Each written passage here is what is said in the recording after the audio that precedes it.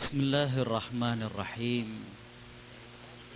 Innal hamdalillah nahmaduhu wa nasta'inuhu wa nastaghfiruh wa nastahdihi wa natubu ilaih wa na'udzu billahi min syururi anfusina wa sayyiati a'malina. May yahdihillahu fala mudhillalah wa may yudlil falan tajida lahu waliyyan mursyida. Nashhadu an la ilaha illallah wa nashhadu anna Muhammadan abduhu wa rasuluh. Allahumma salli wa sallim wa barik ala nabiyyina Muhammad wa ala alihi wa sahbihi wa man sara ala nahjihi wa istanna bi sunnatihi ila yaumiddin. Qala Allahu azza wa jalla fi kitabihil karim, a'udzu billahi minasy syaithanir rajim. Wa idh qalat ummatun minhum lima ta'izuna qaumanillahu muhlikuhum aw mu'adzibuhum 'adzaban syadida qalu ma'dziratan ila rabbikum wa la'allahum yattaqun. Hadirin hadirat ikhwatal iman rahimakumullah, tiada kata yang pantas kita lantunkan di malam hari ini melainkan syukur alhamdulillah. Betapa banyaknya nikmat dan karunia yang Allah berikan kepada kita. Betapa banyaknya pemberian yang Allah berikan kepada diri kita. Sungguh Bapak Ibu yang Allah Subhanahu wa taala muliakan, kalau kita bermaksud menghitung nikmat yang Allah beri kepada kita, kita tidak akan sanggup menghitungnya. Tapi memang Allah tidak meminta kepada kita untuk menghitung nikmatnya. Yang Allah minta kepada kita adalah mensyukuri nikmatnya. Syukur yang bukan sekedar kita ucapkan dengan lisan, tapi syukur yang kita buktikan dengan meningkatnya amal ibadah kita. Bukankah Allah Subhanahu wa taala meminta kepada keluarga Nabi Daud untuk bersyukur, yang mana Allah Subhanahu wa taala berfirman, a'udzu billahi minasyaitonir rajim, i'malu ala Dawud syukran, beramalah wahai keluarga Nabi Daud sebagai bukti dari kesyukuran kalian. Jadi kalau kita memang bersyukur kepada Allah Subhanahu wa taala, maka salah satu bukti kesyukuran kita adalah dengan meningkatnya amal ibadah kita. Salawat teriring salam semoga tercurah kepada panutan kita Nabi Muhammad sallallahu alaihi wasallam, yang sungguh kita harapkan mudah-mudahan Allah Subhanahu wa taala berkenan mengumpulkan kita bersama baginda sallallahu alaihi wasallam di surga Allah. Amin ya rabbal alamin. Bapak Ibu Allah Subhanahu wa taala rahmati, kita pada malam hari ini akan mengkaji tentang zakat. Kemarin sebenarnya ada yang bertanya tentang ranjau-ranjau dalam rumah tangga. Saya sudah siapkan, namun ternyata yang bertanya tidak saya lihat di tengah-tengah kita.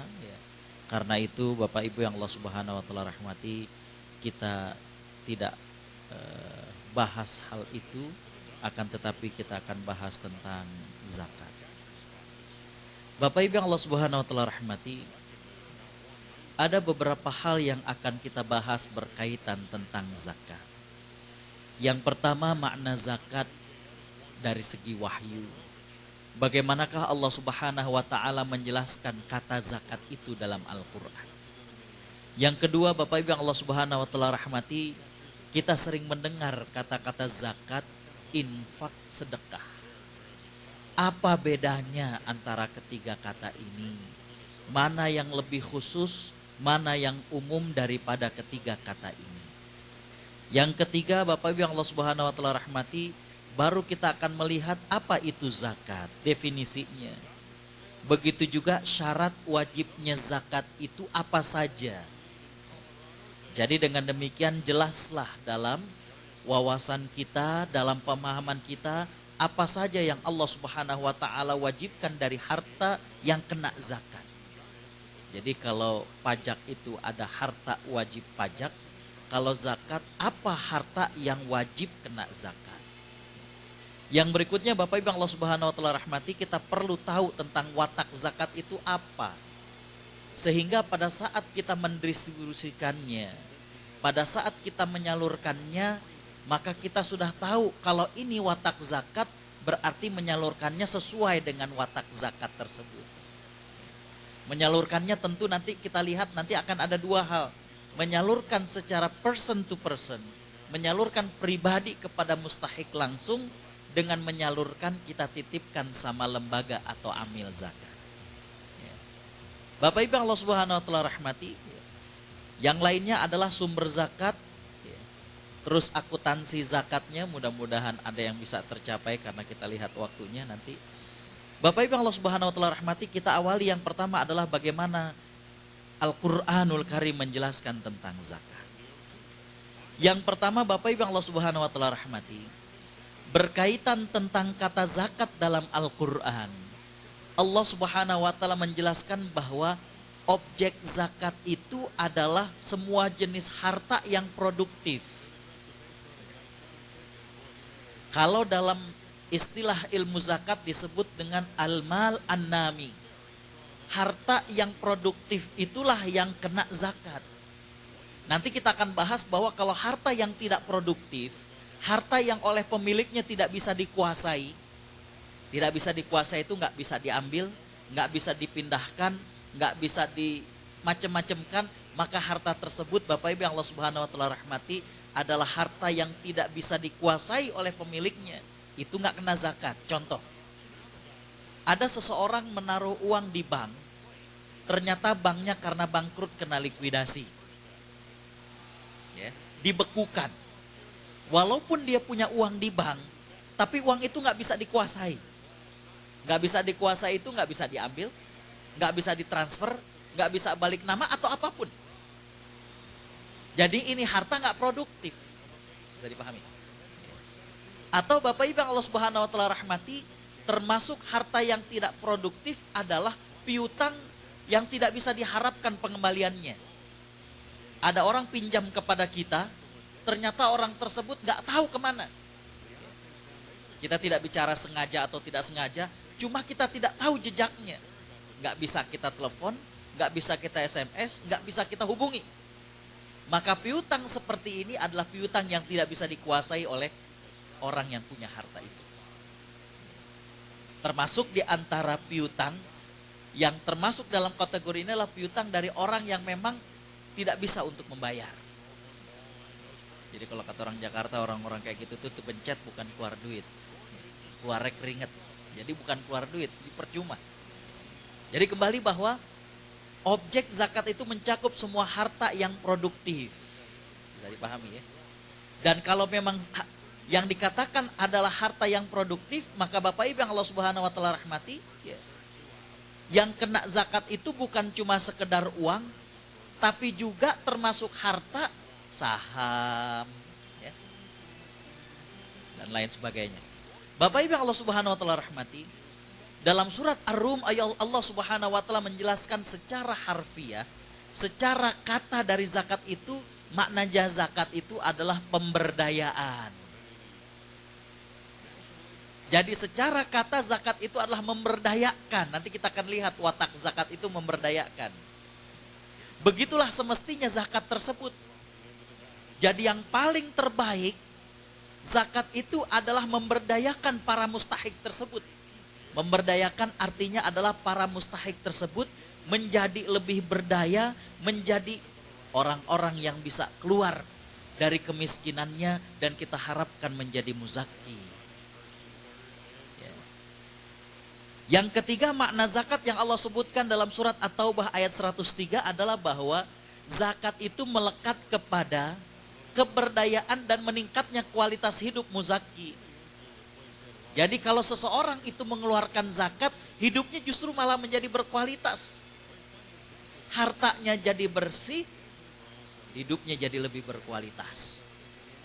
Kalau yang hadir semalam masih ingat apa yang saya ceritakan, bagaimana seorang ibu yang ngaji juga pakaiannya hanya itu-itu saja, masih ingat? Masya Allah Bapak Ibu yang Allah Subhanahu wa taala rahmati, Ramadan tahun lalu beliau mendapatkan penghargaan. Umurnya sudah sepuh tapi semangat belajarnya luar biasa. Jadi Ramadan kemarin sudah khatam juz 30, bukan 30 juz. Ya. Tapi Masya Allah sudah hafal juz ke-30 beliau. Bapak Ibu yang Allah Subhanahu wa taala rahmati, jadi kembali bahwa orang-orang yang mengeluarkan zakat, para muzaki ini Allah sebutkan menjadi meningkat kualitas hidupnya. Bahkan saya menghadirkan sebuah hadis yang diriwayatkan oleh Imam Ahmad dengan Imam Muslim. Nabi SAW mengatakan, mana qasat shadaqatun min mal. Sedekah itu nggak pernah mengurangi harta. Nggak pernah. Makanya para ulama mengatakan syukur itu ada dua fungsinya. Ada asyukrul hafiz, syukur yang menjaga harta yang sudah ada. Jadi harta yang sudah kita miliki ini dijaga oleh Allah Subhanahu wa taala. Dan yang kedua fungsi dari syukur itu adalah asyukrun nami, syukur yang kemudian memberkahi daripada harta kita. Justru ngejemput rezeki-rezeki yang lain dengan kita bersyukur kepada Allah Subhanahu wa taala. Jadi dengan zakat maka Bapak Ibu yang Allah Subhanahu wa taala rahmati, kualitas hidup muzaki itu semakin baik. Orang coba kalau taat kepada zakat, banyak sedekahnya, Masya Allah, hidupnya semakin berkualitas luar biasa. Bapak Ibu Allah Subhanahu wa taala rahmati, yang selanjutnya kita ingin tahu nih, apa nih bedanya zakat, infak dan sedekah. Para ulama dengan berbagai khilafnya. Jadi kalau kita baca bukunya memang terjadi perbedaan ini dan itu dan lain sebagainya. Tapi kemudian disimpulkan bahwa yang paling khusus dari tiga kata ini adalah zakat. Karena zakat ini khusus kepada muslim. Dan zakat ini khusus berkaitan dengan harta. Jadi zakat itu yang paling khusus dari tiga kata ini.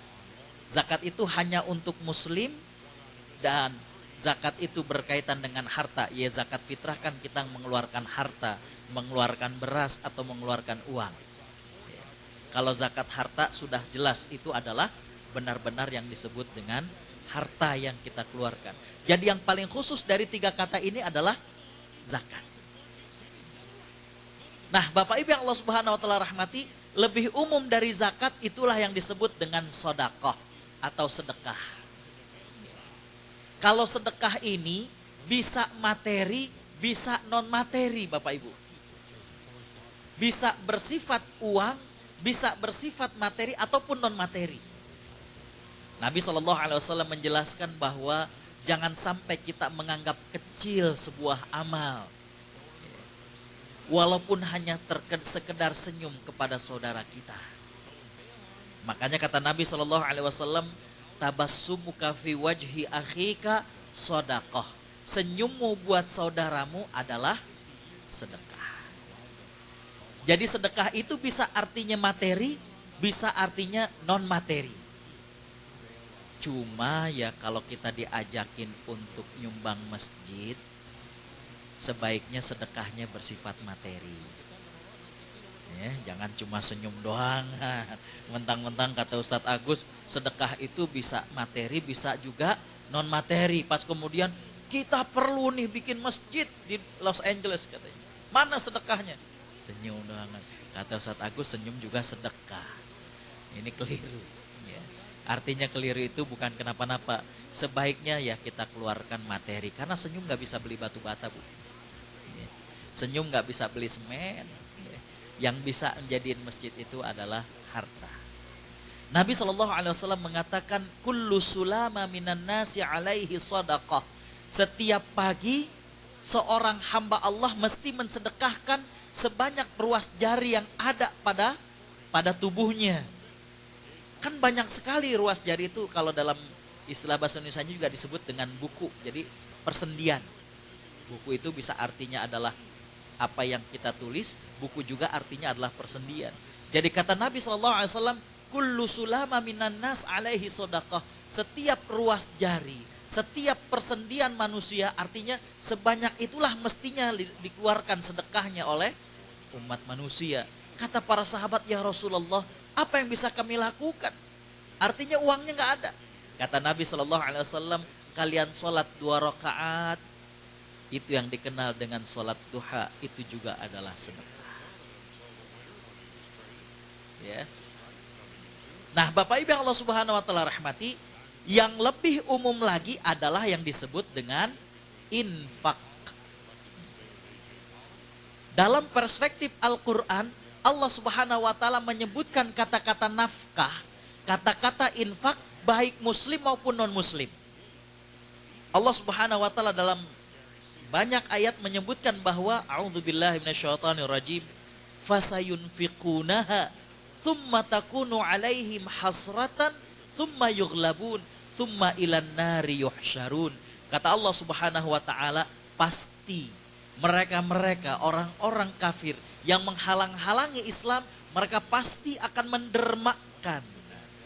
Istilah infak sering diistilahkan dengan derma. Mereka pasti akan menginfakkan, mendermakan harta mereka, tapi tsumma takunu alaihim hasratan. Kemudian mereka akan bersedih. Tsumma yughlabun. Karena kenapa? Karena mereka pasti akan terkalahkan. Ketika mereka menghalangi kebenaran, mereka akan terkalahkan. Tsumma ilan nari yuhsyarun. Kemudian mereka akan dikumpulkan di dalam neraka. Jadi infak dalam Al-Quran bisa buat orang muslim, bisa buat non muslim. Kata-kata infak. Jadi infaknya yang paling umum. Nah, Bapak Ibu yang Allah Subhanahu wa taala rahmati, itulah bedanya zakat, sedekah dan infak. Yang berikutnya berkaitan dengan zakat, Bapak Ibu yang Allah Subhanahu wa taala rahmati. Definisi dari zakat, zakat tersebut dengan demikian maknanya adalah bersih dan suci. Zakat membersihkan harta, dan kalau hartanya sudah bersih, jiwanya juga jadi suci. Enak Bapak Ibu. Kalau uang kita, harta kita tercampur dengan yang tidak halal, Bapak Ibu yang Allah Subhanahu wa taala rahmati, memang secara kasat mata kelihatannya banyak. Tapi sangat mudah bagi Allah Subhanahu wa taala untuk kemudian mengambil dari harta itu dengan cara yang tidak pernah kita bayangkan. Ada saja. Justru ketika kita mengeluarkan zakatnya, hartanya jadi bersih, batinnya menjadi suci. Baik, Bapak Ibu Allah Subhanahu wa taala rahmati, selain bersih dan suci, zakat juga maknanya adalah tumbuh, berkembang. Dengan harta yang dikeluarkan untuk zakat, maka Bapak Ibu yang Allah Subhanahu wa taala rahmati, terjadi pemerataan kesejahteraan. Ketika kami di Kairo, waktu itu saya dengan istri ke rumah sakit. Istri mau melahirkan.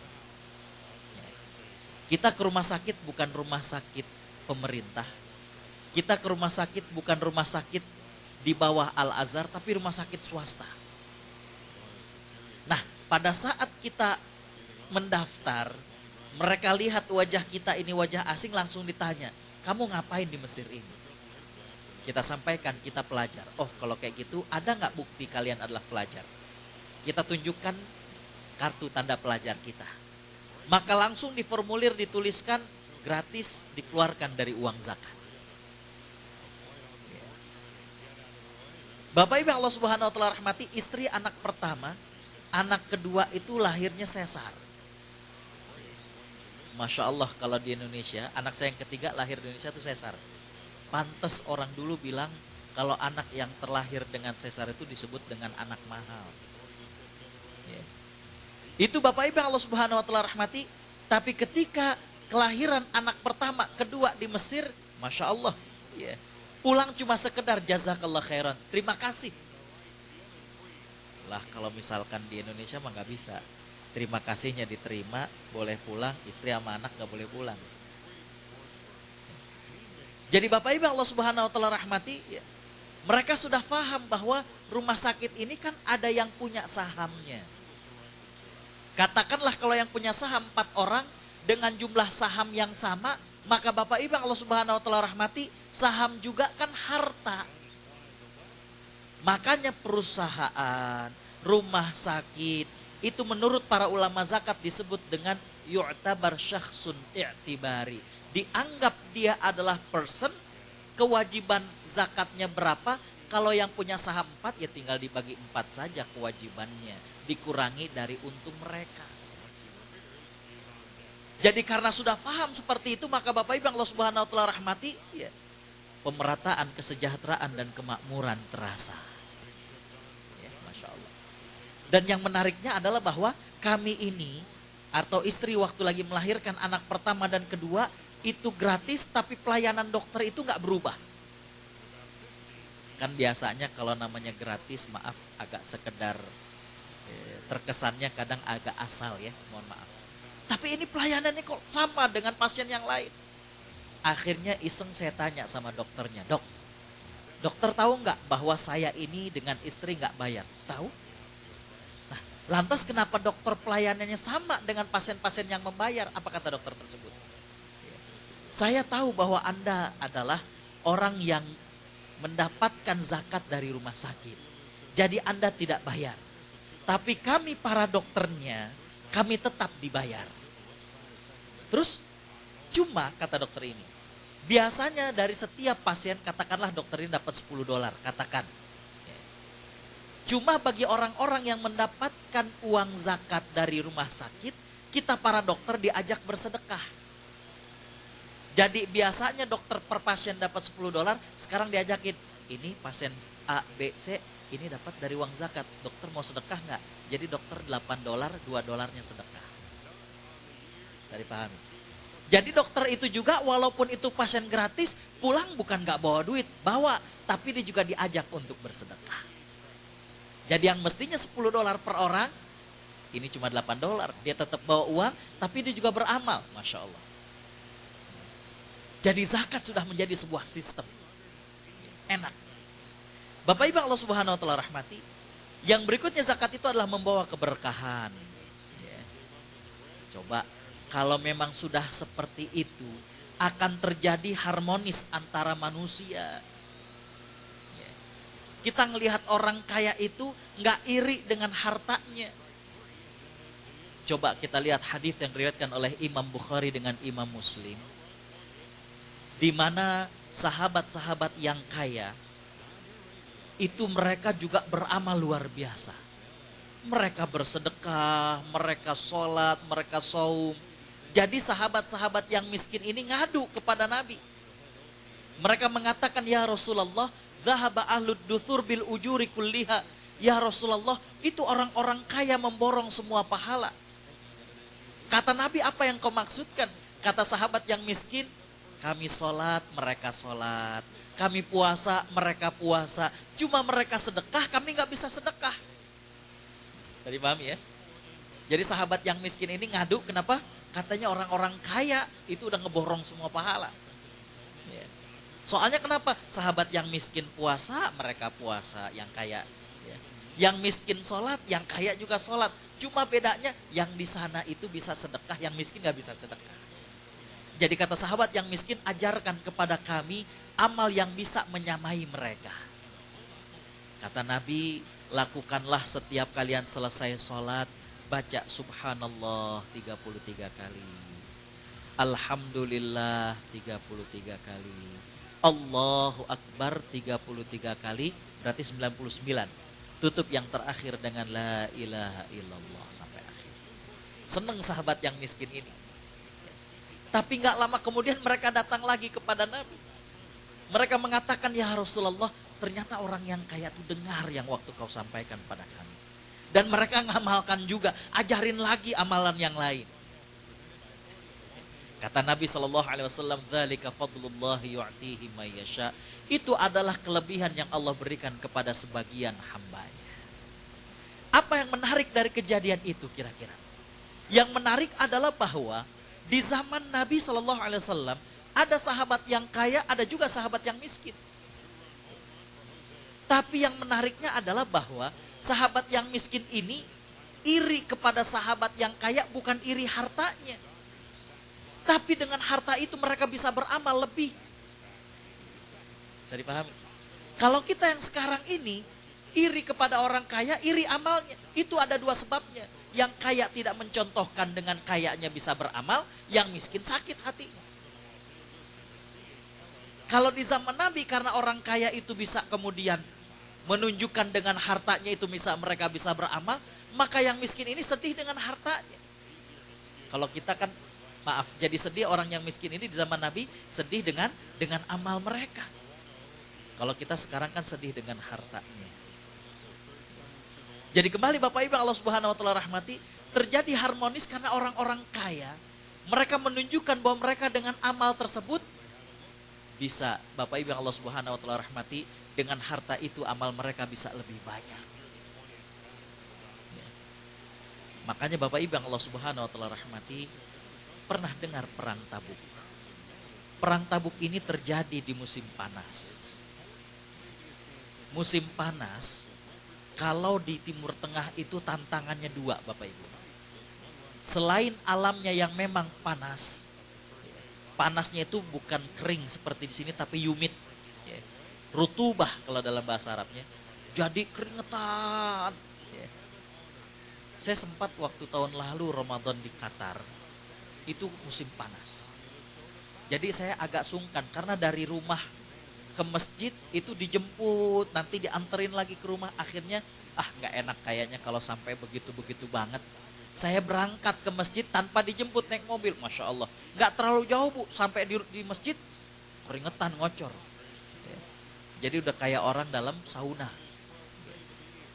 Nah, selain panas kondisinya, yang kedua Bapak Ibu yang Allah Subhanahu wa taala rahmati, kalau musim panas di Timur Tengah itu kurma-kurma itu masak. Mateng. Makanya kurma itu Bapak Ibu yang Allah Subhanahu wa taala rahmati, di sini juga kurmanya bagus-bagus ya. Kalau kita bawa benih kurma ke Indonesia, kita tanam, tumbuh dia. Tapi kalau berbuah nggak bisa matang.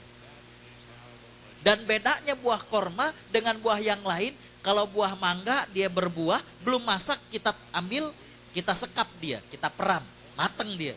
Kalau korma enggak, dia belum mateng kita petik, kita sekap, bukannya mateng, peot. Jadi kembali Bapak Ibu Allah Subhanahu wa taala rahmati, pada saat perang Tabuk, itu perang lagi paceklik, perang lagi musim panas, dan juga sedang menanti panen. Bapak Ibu Allah Subhanahu wa taala rahmati, enggak banyak yang punya harta. Kita lihat bagaimana Umar bin Khattab berinfak dengan hartanya. Kita lihat bagaimana sahabat Abu Bakar As-Siddiq berinfak dengan hartanya. Ada seorang sahabat yang bernama Ulbah. Setiap kali melihat ada sahabat yang sedekah dengan hartanya, nangis dia. Karena gak punya harta. Ketika melihat Umar bin Khattab berinfak dengan begitu banyak, tambah nangis lagi. Datang sahabat Abu Bakar As-Siddiq dengan membawa harta yang lebih banyak lagi untuk disedekahkan, tambah teriris hatinya. Bapak Ibu yang Allah Subhanahu wa taala rahmati, akhirnya di tengah malam sahabat ini setelah sholat tahajud beliau berdoa, Allahumma qad pautana bis salah. Ya Allah, Engkau telah menganjurkan kami untuk bersedekah, tapi aku tidak mampu. Maka saksikanlah setiap orang yang mencaci diriku, setiap orang yang menyakiti diriku, setiap orang yang membicarakan tentang diriku, aku maafkan mereka semuanya dan aku jadikan sedekahku karenamu ya Allah. Besok pagi habis sholat subuh, Nabi bertanya, siapa yang semalam sedekah? Sahabat gak ada yang angkat tangannya karena tidak merasa bersedekah. Maka Nabi SAW kemudian mengatakan, kum ya Ulbah, bangun ente wahai Ulbah, Allah menerima sedekah. Jadi kembali bahwa dengan zakat terjadi keharmonisan. Karena orang-orang yang miskin melihat, oh di antara mereka walaupun kaya, tapi Masya Allah dengan hartanya itu amalnya jadi semakin banyak. Saya ceritakan ini, mudah-mudahan orang yang saya ceritakan ini mendapatkan pahala. Bapak Ibu Allah Subhanahu wa taala rahmati, saya dari keluarga biasa. Jadi dulu lagi mau berangkat S1 ke Kairo, beli tiketnya one way. Kagak tahu bakalan pulang lagi kapan. Singkat cerita, alhamdulillah tahun 2004 awal pulang selesai S2. Nggak kebayang mau S3. Ramadan 2004, saya diundang ceramah di Hotel Grand Hyatt. Jadi ada acara karyawan Grand Hyatt dan Plaza Indonesia buka puasa bersama dengan anak yatim. Saya ceramah sebelum maghrib, Kira-kira 15 menit mau maghrib disuruh berhenti, artinya selesai. Soalnya mau siap-siap. Waktu saya turun dari mimbar, habis ceramah saya lihat di bagian yang depan udah pada penuh. Sama GM-GM-nya tuh yang pada berdasi, ya kan keren-keren. Namanya GM di hotel gitu ya. Akhirnya saya tahu diri, saya duduk di soft kedua. Ada bapak-bapak, saya sampai masih ingat subhanallah. Pakai baju coklat, tangan pendek. Saya duduk di samping dia.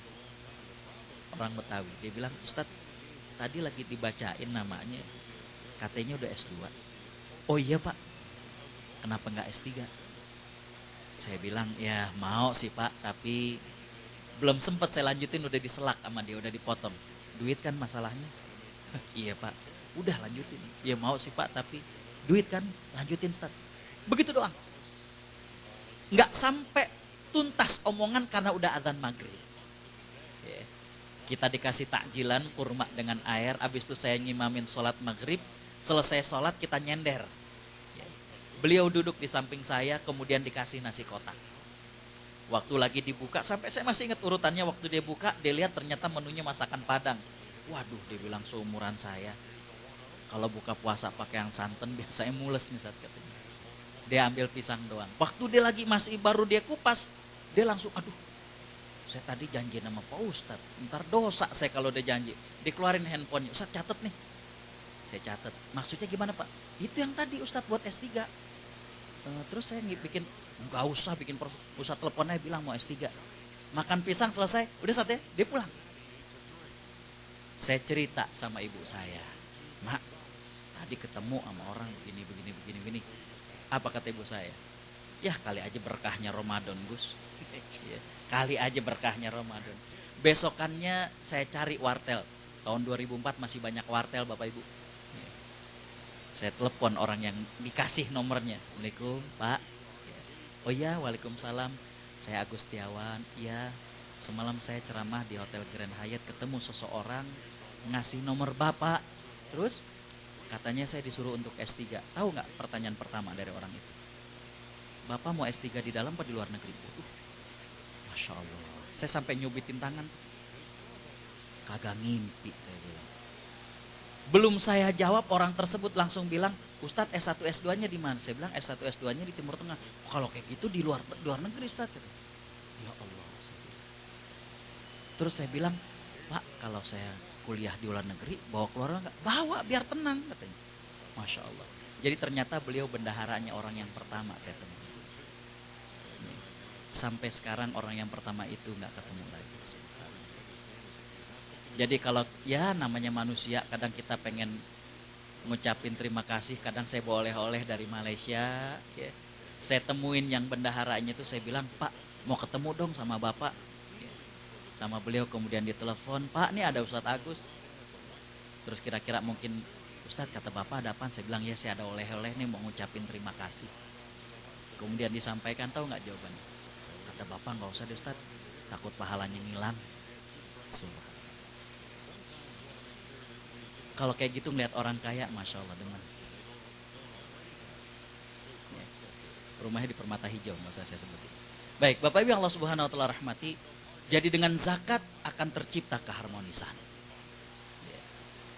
Di mana Bapak Ibu yang Allah Subhanahu Wa Taala rahmati, ketika orang-orang yang memiliki harta menunjukkan bahwa dengan hartanya amalnya jadi lebih banyak, justru kita yang miskin ngiri dengan amalnya. Itu yang hampir pudar di zaman kita. Karena tadi saya bilang, orang-orang yang tidak berharta hatinya sakit, atau mungkin orang-orang kaya nggak menunjukkan bahwa dengan hartanya amalnya jadi banyak. Tapi kalau seseorang itu berzakat, akan tercipta keharmonisan. Saya ceritakan hal ini mudah-mudahan jadi pahala. Jadi Masya Allah, setiap saya berdakwah ke luar negeri dan lain sebagainya, beliau ada sahamnya dengan menyekolahkan. Jadi saya bilang sama bendaharanya, Pak, sampaikan ke beliau, beliau ngasih beasiswanya buat saya, tapi saya dengan istri komitmen amanah, ya. Beliau ngasih cuma buat saya, nanti beliau dapatkan saya selesai S3, istri selesai S2. Jadi dari duitnya begitu. Karena sebenarnya ya begitu. Jadi kalau setiap tahun ngasih duit itu bendaharanya, itu kan dolar kalau dirupiahkan puluhan juta karena buat biaya hidup. Kalau mau beli mobil, beli tiket. Pokoknya dia, Ustaz belajar aja katanya. Biar tenang, belajar kalau nggak tenang ilmunya kagak mantep katanya gitu. Sederhana begitu. Masya Allah. Jadi kembali bahwa itulah definisi zakat. Nah perintah menunaikan zakatnya kita udah tahu. Bapak Ibu Allah Subhanahu Wa Taala rahmati, surat At-Taubah ayat 103. A'udzubillahi minasyaitonirrajim. Khudh min amwalihim shadaqatan tutahhiruhum wa tuzakkihim biha wa shalli 'alaihim inna salataka sakanun lahum. Ambil zakat. Ambil harta dari mereka orang-orang yang kaya sebagai zakat. Ini ayat tentang ambil zakat, betul? Saya bilang sama Mas Imam, materi yang saya tawarkan itu serial fikih zakat itu panjang. Ini hanya muqaddimah. Karena kita ada pembahasan fikih zakat kontemporer. Saya mau tanya, amil zakat itu tugasnya apa Bapak Ibu? Bapak Ibu yang Allah Subhanahu Wa Taala rahmati, dari ayat ini dijelaskan bahwa tugas amil zakat diantaranya adalah khudh. Khudh itu kan ambillah. Tapi kalau sekarang kita keluar, ketemu orang muslim, ketemu orang Indonesia yang muslim, kita bilang, mana duit ente? Mana zakatnya? Mau gak dikasih? Belum tentu. Jadi para ahli tafsir dengan para ulama zakat mengatakan bahwa tugas pertama amil itu bukan kolek zakat, bukan. Tapi edukasi masyarakat tentang zakat. Bisa dipahami? Jadi bagaimana sosialisasi kepada masyarakat tentang zakat? Jadi dengan demikian, ini baru keluar fatwa MUI-nya, bahwa kalau amil zakat membutuhkan dana untuk bikin brosur, kalau Indonesia tuh bikin spanduk, bikin baliho, pasang iklan di radio, boleh dikeluarkan dari dana zakat, bagiannya amil. Jadi paham? Karena tugas amil itu sebelum ngambil, edukasi. Bagaimana mensosialisasikan, bagaimana meningkatkan pemahaman masyarakat sampai mereka ngerti. Jadi pahami? Itulah makanya Bapak Ibu yang Allah Subhanahu Wa Taala rahmati, dari semalam saya bilang kita pengen, kita tuh naik kelas. Jadi saya mengkaji tentang amil zakat, saya diminta mengkonsep tentang amil zakat tuh sampai sebulan Bapak Ibu. Contoh kecil misalkan amil zakat itu kalau di sebuah lembaga, orangnya atau lembaganya. Ini kaitannya dengan pembukuan nantinya, PSAK 109 tentang akuntansi syariah. Jadi kalau yang disebut dengan amil itu adalah orangnya, berarti kan orang yang bekerja. Kita kalau bekerja di akhir tahun biasanya ada bonus, betul? Ya namanya istilahnya ada bonus, gaji ke-13, whatever. Ya. Nah yang jadi pertanyaan adalah, amil zakat itu boleh nggak dapat bonus dari uang zakat? Ataukah dia hanya sekedar ya dia kerja dapat segitu? Bisa dipahami? Yang kedua, kalau amil zakat itu adalah lembaga, bolehkah lembaga untuk kerja-kerja amil, misalkan dia harus ngambil zakat ke sana kemari, bolehkah lembaga untuk membeli alat transportasi, membeli gedung dengan dana zakat? Kan sampai ke situ pembahasannya. Bisa dipahami? Jadi nggak sesederhana itu kita ngebahas tentang zakat dan lain sebagainya. Jadi kembali bahwa cuma ini sebagai mukadimah. Jadi kembali bahwa Bapak Ibu Allah Subhanahu Wa Taala rahmati, dari kata-kata khudh itu sebelum diambil orang tuh mesti ngerti. Oh iya, ini orang amil, saya ada kewajiban zakat. Maka di situ tugas amil yang pertama adalah bagaimana mensosialisasikan, mengedukasi dan lain sebagainya. Cuma ini ayat tentang zakat. Bapak Ibu Allah Subhanahu Wa Taala rahmati, hadis Nabi tentang zakat, masya Allah. Ya. Hadis keberapanya dari hadis arba'in? Hadis ketiga. Ya. Hadis ketiga dari hadis arba'in.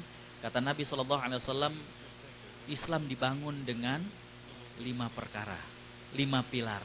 Ya. Syahadat, sholat, zakat, ya. Haji, dan saum. Ya. Ustadz, kenapa susunannya saum Ramadan di belakang?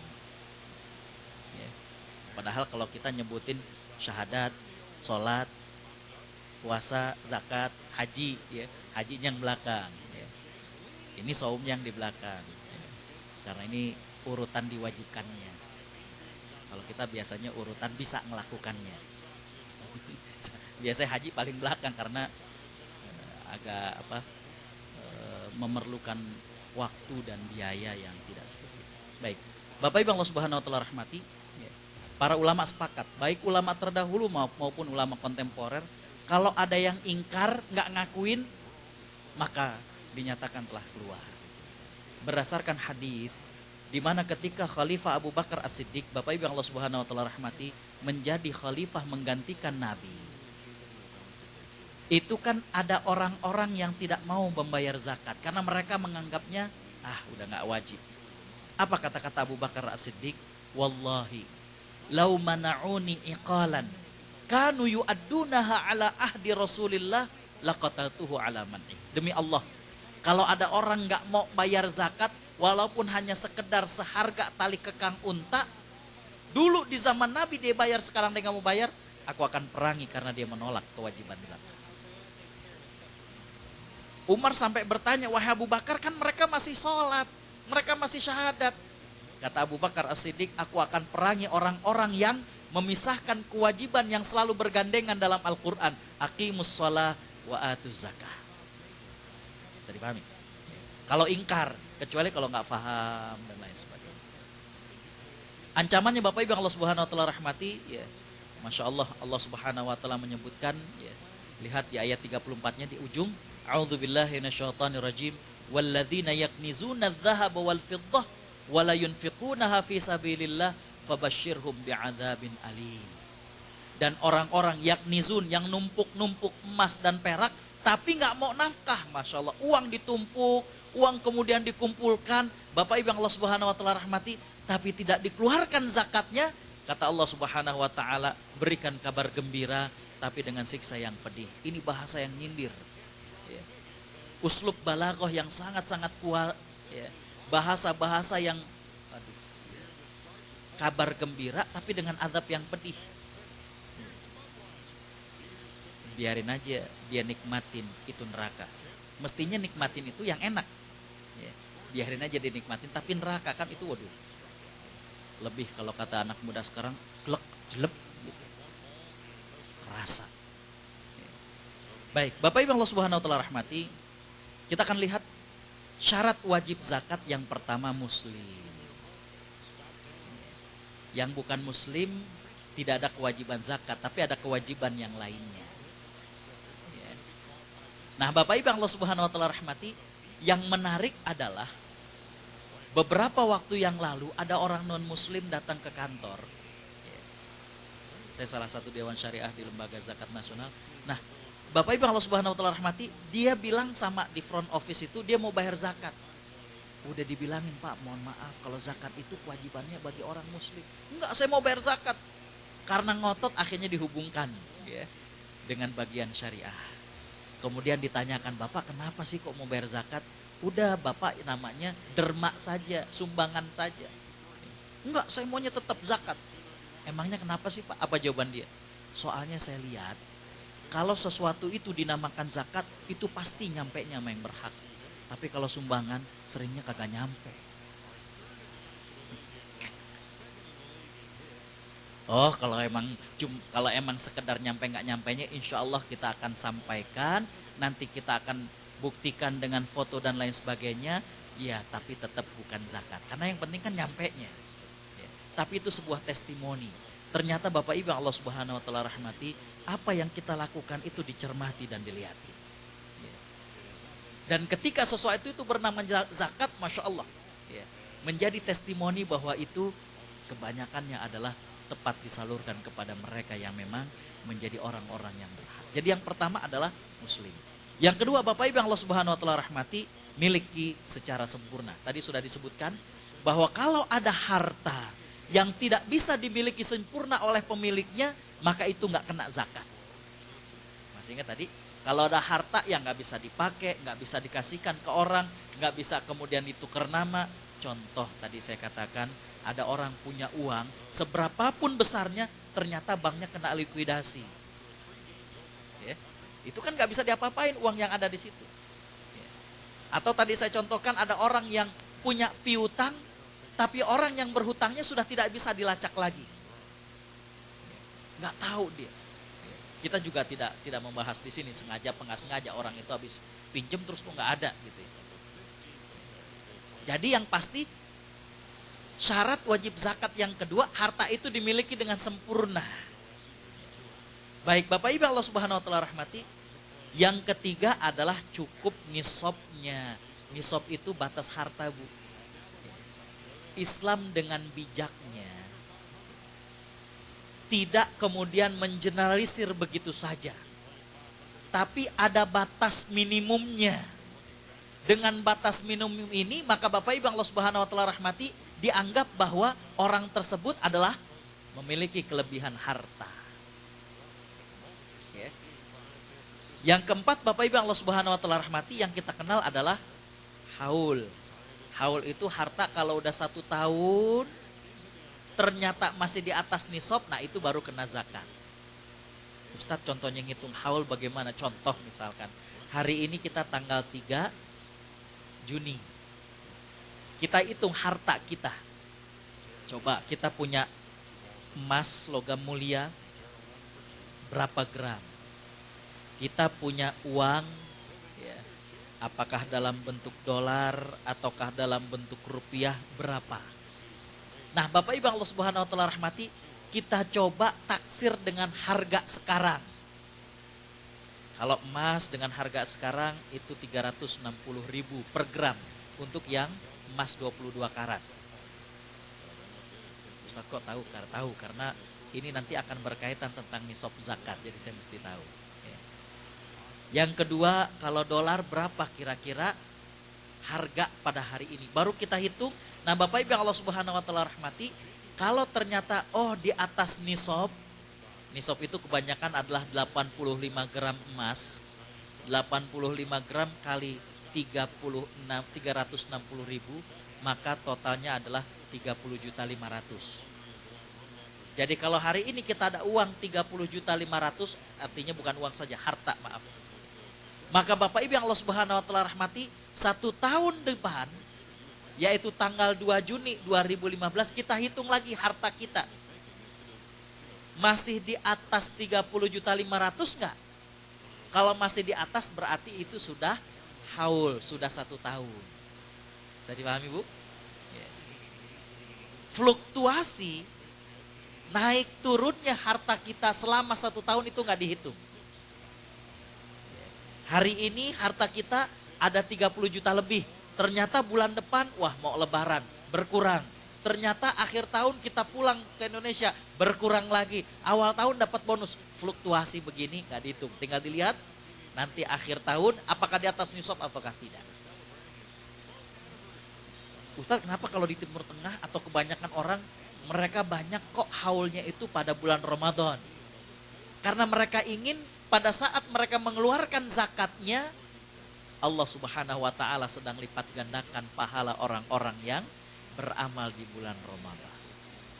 Bisa dipahami? Jadi muslim hartanya itu dimiliki secara sempurna, cukup nisab, nyampe haul. Yang terakhir nih Bu, hartanya itu adalah harta yang halal.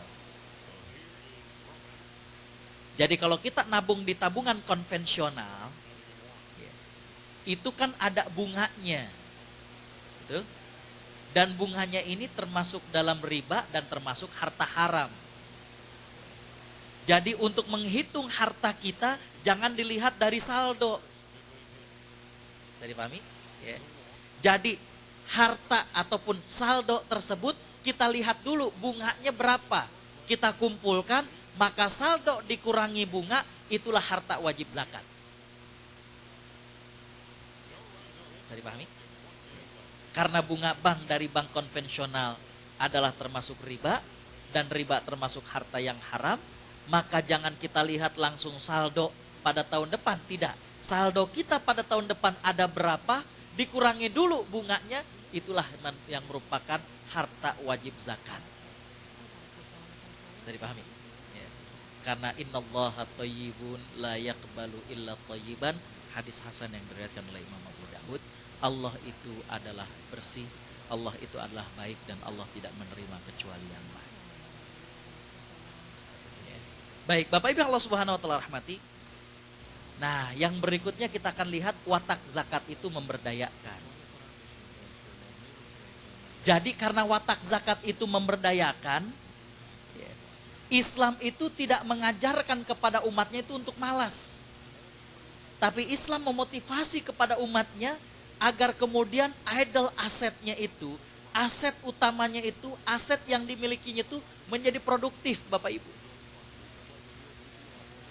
Dan saya mengatakan bahwa semakin tidak produktif harta kita, potensi kena zakatnya semakin besar. Gimana kaidahnya? Semakin tidak produktif suatu harta, potensi kena zakatnya semakin besar. Sekarang contoh gini. Kita punya uang 300 juta. Atau 400 juta biar gampang, karena tadi nisabnya 300 juta 30 juta. Oh, 300 juta berarti di atas ya. Nah, Bapak Ibu Allah Subhanahu wa taala rahmati, kita punya uang 300 juta. Setelah 1 tahun Bapak Ibu Allah Subhanahu wa taala rahmati, maka dia kena zakatnya berapa? 2,5%. 2,5% dari 300 juta berapa Bapak Ibu? 7,5 juta. Zakatnya 7,5 juta. Sekarang kalau dari 300.000 tersebut, kita putar uang tersebut menjadi lebih produktif, kita beli rumah di Jakarta. Oke? Nah, Bapak Ibu Allah Subhanahu wa taala rahmati, rumah tersebut kemudian kita kontrakkan. Dalam fikih zakat bahwa yang seperti ini, di mana ada modal dan ada profit, maka ini yang disebut dengan zakat mustaghallat, zakat investasi. Di mana zakat investasi yang menjadi modalnya dia nggak kena zakat, tapi hasil daripada hal tersebut itu yang kena zakat. Bisa dipahami? Jadi orang punya mobil di rental, uang rental itu yang kena zakat. Orang banyak punya petak kontrakan, bukan harga kontrakannya, tapi hasil ngontrak dari petak tersebut yang kena zakat. Orang sekarang punya tanah aja di Jakarta, gak perlu punya duit banyak buat dia bangun, cukup tanah, pakein awning, mobil pada numpang parkir. Itu bukan harga tanahnya yang kena zakat, tapi uang nitip ataupun parkirnya itu yang kena zakat. Bisa dipahami? Sekarang katakan rumah 300 juta di Jakarta, itu dikontrakkan katakanlah bisa laku setahun 15 juta. Yang kena zakatnya 2,5% dari 15 juta. Berapa 2,5% dari 15 juta? 375.000. Kita lihat ketika harta itu diputarkan, ketika harta itu produktif, maka potensi kena zakatnya menjadi lebih kecil. Ketimbang harta itu tidak bergerak, harta itu tidak produktif. Mengapa demikian? Karena memang wataknya zakat itu menjadikan umat Islam menjadi umat yang berdaya, bukan malas. Bisa dipahami? Yang kedua, Bapak Ibu Allah Subhanahu wa taala rahmati, watak zakat itu ngubah mustahik menjadi muzaki. Kemarin saya cerita, ada seorang ustadz, suatu hari beliau turun dari bis di Cililitan. Waktu dia turun, dia lihat ada ibu-ibu lagi gendong anak kecil, masih muda, minta-minta. Ditanya sama Ustadz, ini emang ibu gak kerja? Kata ibu ini, ya dulu sempat dagang gado-gado, cuma karena gak diatur pengeluaran, pemasukan, anak makan di situ, suami makan di situ, lama-lama modal kemakan, bangkrut. Akhirnya tuh Ustadz ngeluarin duit dari kantongnya warna biru. Berapa warna biru? Masih ingat gak Bu? 1.000 ya, 1.000 rupiah. Dikeluarin lagi satu lagi warna merah. Kalau ini 100.000 ditunjukin. Ibu mau yang biru apa mau yang merah? Ya milih yang merah ya. Di sini juga kalau ditanya pasti milih yang merah. Kata Ustadz ini, kalau ibu milih yang merah bentuknya pinjaman gimana? Ibu jadiin sebagai modal untuk dagang gado-gado lagi. Setiap hari kan saya turun di sini nih, ibu bayar 1.000 rupiah. Pikir, boleh juga Pak. Akhirnya tuh ibu ngambil uang 100.000, dipakai buat modal dagang gado-gado. Tiap hari itu Ustadz kemudian ngambilin 1.000 sambil kemudian dinasehatin, hati-hati Bu, atur pengeluaran pemasukannya. Genap 100 hari itu ibu bisa mengembalikan uang 100.000, dagang gado-gadonya masih berjalan. Akhirnya kemudian dikembalikan lagi 100.000 kepada ibu tersebut sebagai sedekah. Bisa dipahami? Jadi zakat kalau selalu dipakai untuk konsumtif, tidak akan merubah orang miskin menjadi muzaki. Bisa dipahami? Ya. Jadi kalau zakat semuanya dikasih dalam bentuk konsumtif, konsumtif itu artinya dikasih duit berapapun, 50.000, 100.000, kalau memang itu bentuknya adalah konsumtif, udah habis. Jadi watak zakat itu ngubah mustahik menjadi muzaki. Yang ketiga, zakat itu dikelola secara profesional ke arah pemberdayaan. Bagaimana kemudian Bapak Ibu yang Allah Subhanahu wa taala rahmati, ya, bagaimana pencatatannya, bagaimana pendistribusiannya. Makanya termasuk tugas dari amil zakat, kalau kita bicara sudah distribusi, maka amil zakat itu mestinya punya data mustahik. Mereka juga punya data muzaki. Kalau di sini misalkan Bapak Ibu Allah Subhanahu wa taala rahmati, punya data orang-orang Islam di sini, para muzaki di sini. Nanti awal Ramadan sudah mulai di SMS di blasting. Bulan Ramadan kembali menyapa kita. Kami mengingatkan kepada Bapak Ibu yang ingin bersedekah dan zakat. Yang keempat, Bapak Ibu Allah Subhanahu wa taala rahmati, memprioritaskan mustahik ke arah yang soleh. Nabi SAW mengatakan bahwa zakat itu tidak layak bagi orang-orang yang dzumiratin sawi, orang-orang yang memiliki akhlak yang buruk lagi malas. Makanya waktu kita menyalurkan zakat, emang orang itu miskin, tapi kata Nabi sebaiknya kita eliminasi, kita pilih orang-orang yang dengan 2 kriteria. Yang pertama adalah orang-orang yang memang baik, walaupun miskin tuh baik.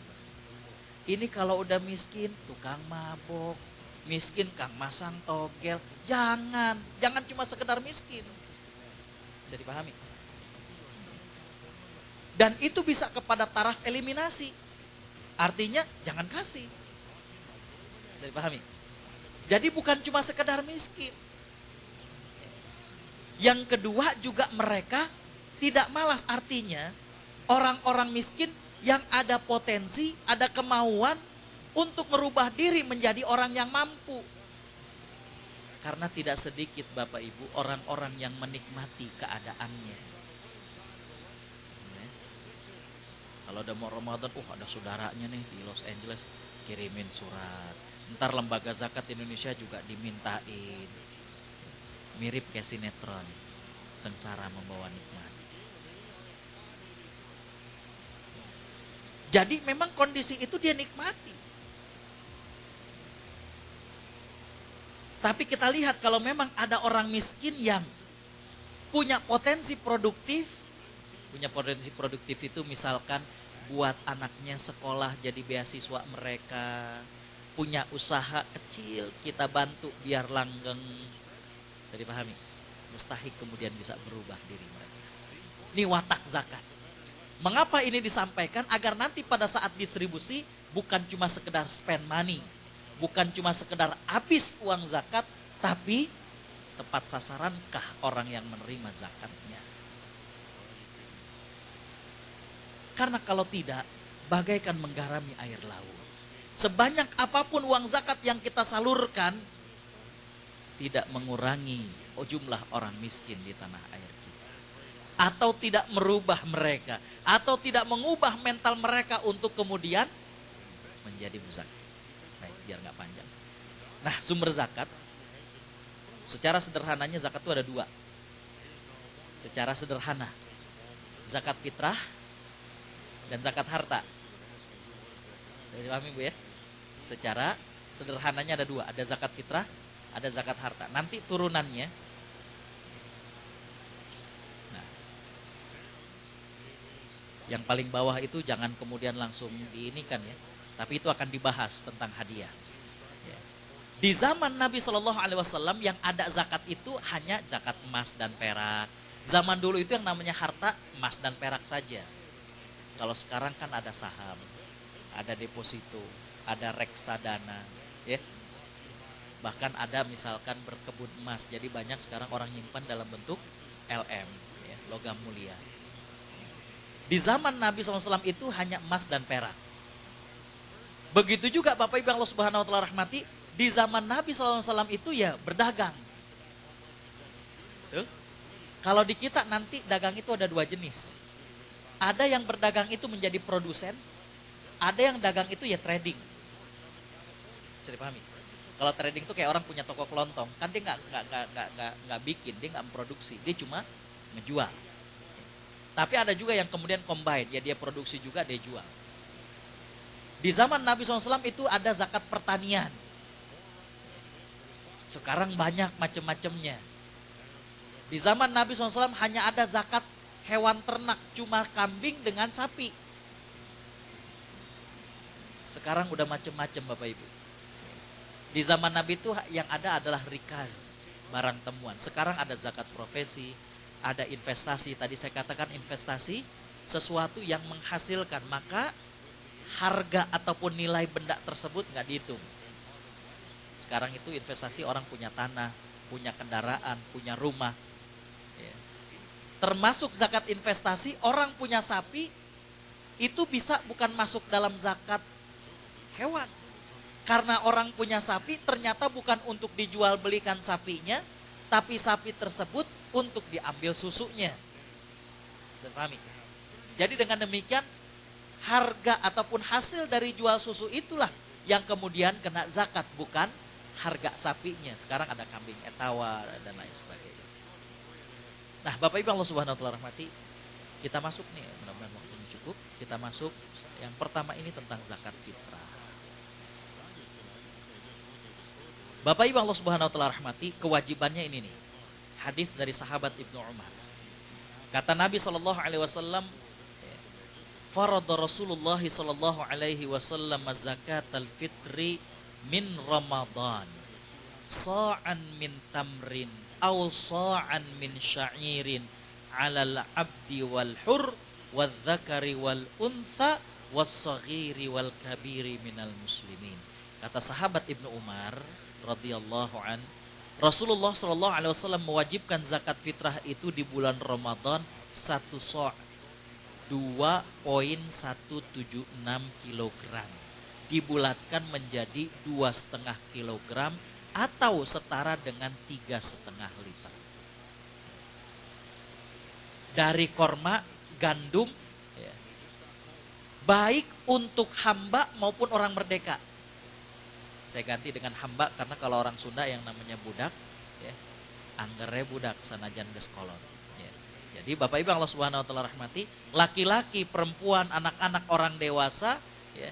Nah, Bapak Ibu Allah Subhanahu wa taala rahmati, inilah kewajiban dari zakat fitrah. Baik. Lihat. Jadi zakat fitrah itu wajib buat semuanya, Bu, ya. Laki, perempuan, hamba ataupun orang merdeka, anak-anak maupun orang dewasa. Para ulama mengatakan batas anak-anak ini adalah, ada dua pendapat. Ada yang mengatakan anak yang terlahir di malam hari raya. Ada yang mengatakan bahwa termasuk yang wajib dikeluarkan zakat fitrahnya adalah anak yang terlahir di pagi hari sebelum orang-orang berangkat sholat Id. Bisa dipahami? Jadi kalau ada orang yang kemudian, waduh, udah hamil tua, sudah waktunya, ya, ini anak mau dinamain Romdoni atau mau dinamain Fitri nih. Ya, saya kalau Romdoni lahirnya bulan Ramadan. Kalau namain Fitriyah biasa lahirnya udah Idul Fitri. Nah, Bapak Ibu Allah Subhanahu wa taala rahmati, kalau lahir sebelum sholat Id, maka dia sudah wajib untuk dikeluarkan zakat fitrahnya. Baik. Nah, ini tadi hitungannya menjadi 2,5 kilogram atau 3,5 liter beras. Bapak Ibu Allah Subhanahu wa taala rahmati, zakat fitrah boleh dibayarkan dalam bentuk barang maupun dalam bentuk uang. Memang 3 mazhab mengatakan dengan barang. Imam Abu Hanifah saja yang mengatakan boleh dengan uang.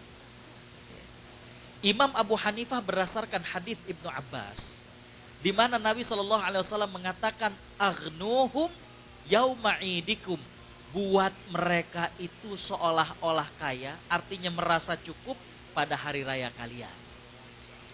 Jadi kata sahabat Ibnu Abbas, kalau orang miskin dikasih beras semuanya, dikasih korma semuanya, mana yang buat dagingnya? Jadi dengan demikian beliau mengambil maqasidus syariah, maksud disyariatkannya. Jadi maksud disyariatkan adalah biar orang miskin itu pada hari raya kita mereka bergembira, merasa berkecukupan, artinya ada yang buat mereka konsumsi. Maka beliau berpendapat bahwa zakat fitrah boleh dengan nilai atau uang. Oke. Bapak Ibu Allah Subhanahu wa taala rahmati, waktu pembayarannya adalah ditandai dengan tenggelamnya matahari malam takbiran di akhir bulan Ramadan. Jadi malam takbiran. Tapi para ulama mengatakan boleh mendahulukan bayar zakat fitrah sejak awal Ramadan. Ya. Baik, Bapak Ibu Allah Subhanahu wa taala rahmati, ini dalilnya tadi yang saya katakan dari sahabat Ibnu Abbas. Nabi SAW mengatakan, faman addaha qablas shalah fahiya zakatun maqbulah. Lihat, Nabi SAW mengatakan dengan kata-kata addaha, barang siapa yang bayar, barang siapa yang ada membayar, bukan barang siapa yang membagikan atau wazza'a. Jadi barang siapa yang membayarnya sebelum sholat, dia adalah zakat yang diterima. Jadi batas maksimal itu adalah sebelum pelaksanaan sholat, bayarnya. Baik, Bapak Ibu Allah Subhanahu wa taala rahmati, lalu bagaimana dengan pendistribusiannya? Bapak Ibu Allah Subhanahu wa taala rahmati,